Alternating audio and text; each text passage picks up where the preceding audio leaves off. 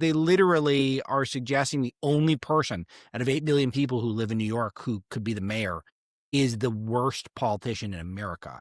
Well, that's what I think the most interesting thing is to observe in this race, which is like, look at how weak the Democratic Party Yeah. is. It's fascinating. This is supposed to be the most robust Democratic Party machine in the country, in New York City, obviously.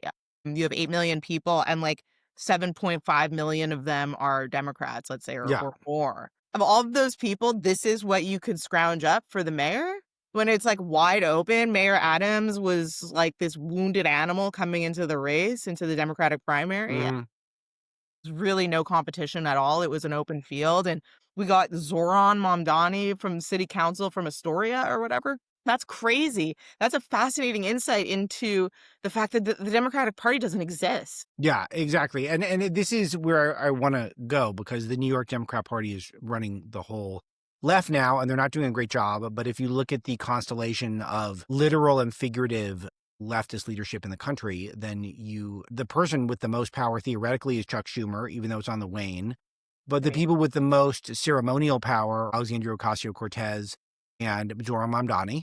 And then the next most person with the most physical power is Hakeem Jeffries, who's what do these guys all got in common, Emma? It's kind of unbelievable that it feels like at the moment that Republicans are finally tapping the power of middle America, the Democrats are only electing people from a couple of zip codes Yeah. in New York specifically, and you're there to witness all of it. I mean, do you feel like you're at the center of the world now that all of the Democrat leaders, they can only pluck them from one part of the The center of world? the from ground zero of all of the losers. Yes.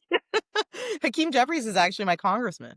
Yeah. Um, 11216. And yeah, I mean, it's crazy. Like, it's just a testament to how weak the party is. I live in a neighborhood that is Hakeem Jeffries district.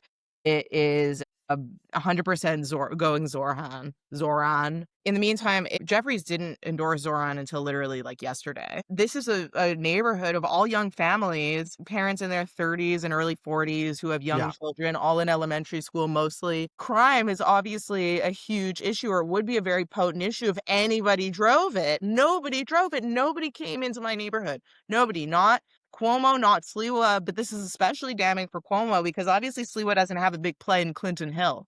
But sorry, Sliwa doesn't have a big play in Clinton Hill, but Cuomo would. And I didn't see a thing. I tweeted this recently that if you were just walking down the street in my life, but you took away my phone and my internet, you would never know that there was anybody running against Zoran.